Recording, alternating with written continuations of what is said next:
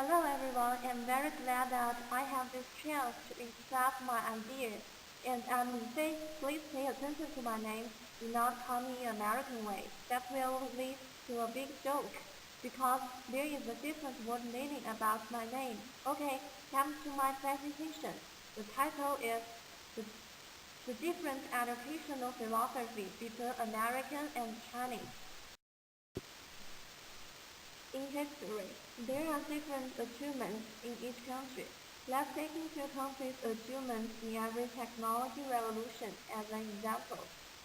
At the first science and technology revolution, China took measures to its border, rejecting communication with other countries. However, America seemed both inventive, which greatly promoted the enterprise of transportation. Then the second science and technology revolution. XAIU designed the first railway in China. Edison invented the first electric car for the world. Until the third revolution, Chinese aircraft and Americans first invented computers. It seems that at the same time, our inventions in technological fields are much less advanced than Americans. In a word, we attribute the difference to what? Yeah, is talent. Actually, American government took the education on an important position. Chinese emperors in ancient times were well aware of the significance of talent, such as to educate talent and keep them in their own camp, so as to consolidate their rule. Therefore, here we try to investigate the different educational philosophies between American and Chinese, and it consists of three factors. The first one is method, the second one is relationship, and the third one, yes, is purposeless.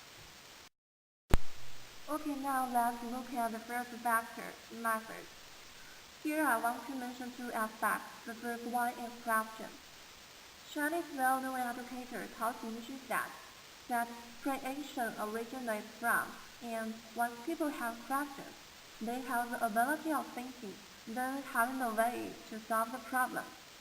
Similarly, Rainer Hensenberg said it is question that inspires us to study, to practice, and to observe. No matter who you are, we are aware of the importance of questions. However, in China, most students are anxious about the valuable correlation between questions and contents of teachers' lectures, that they would rather not ask questions than ask a stupid, irrelevant question. Compared with Americans, they express their ideas clearly. We can find them from books, pictures, even at school. And about homework. It goes without saying that a lot of people in the world know that Chinese students get too much pressure from homework. The policy letting alone becomes little meaningful nowadays. So sometimes I found that some students' fingers don't look pretty.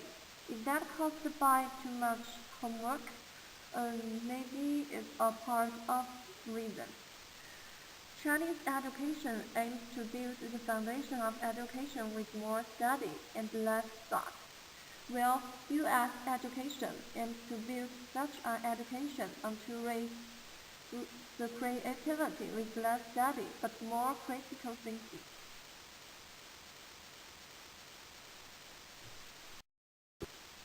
The second factor, relationship. Here we need to know a word, measure. It means there must be good teachers and good friends around you. So what does good friends stand for? As a Chinese, when I was little, my parents always advised me to send good students as my friends. He or she must have good grades, good behavior, and be welcomed by the teachers and classmates. However, it's different in America. From the TV series, Friends, it tells us friendship is the most precious thing. And about teachers, I'm not sure whether you hear a sentence. A tutor for a day is a father for a lifetime. So the relationship between Chinese students and teachers was filled with too much lost level. Only recently this situation has improved a little. On the contrary, teachers in America have big responsibility to make sure students understood. In a sense, students are consumers and teachers are offering service. Next one, purposes. Here I want to mention material and spiritual parts.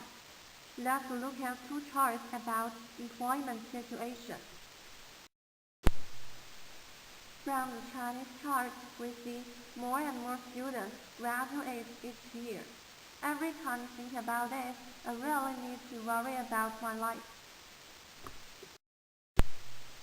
And from the American chart, the United States in April, the unemployment rate fell to the lowest in 6 years, so the economy is finally making a recovery right.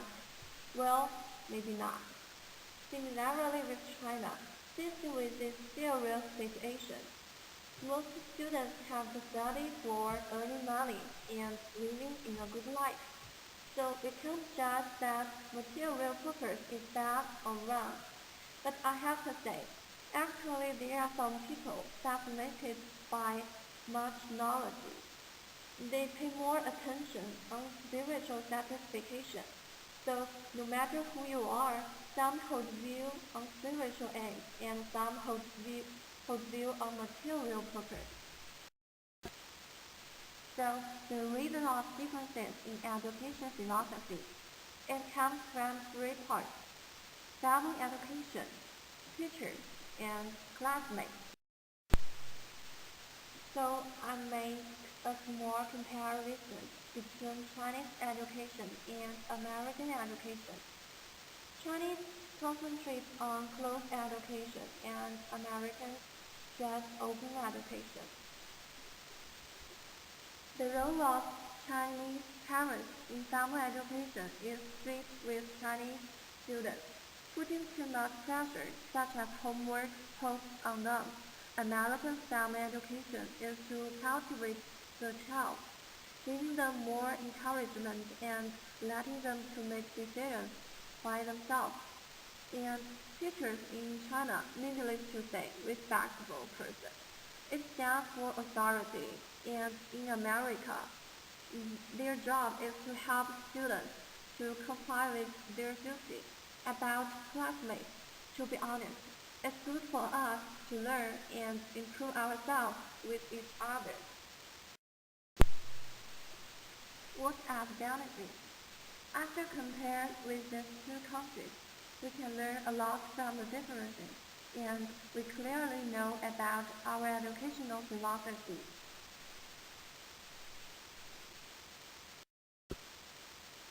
Well, we know there are lots of benefits from differences. So, who benefits from it? Those of Chinese and Americans should overcome their own weakness by acquiring others' strong points. We should advocate for open discussion at schools to seek the truth, unite it, to train people with real talent and being academical. Attach importance to practical knowledge, stress the value of practical and useful knowledge, and promote labor adaptation. Until here, that's all. If you have any questions, you can ask me, and I will try my best to solve the problem for you. Thank you. Bye.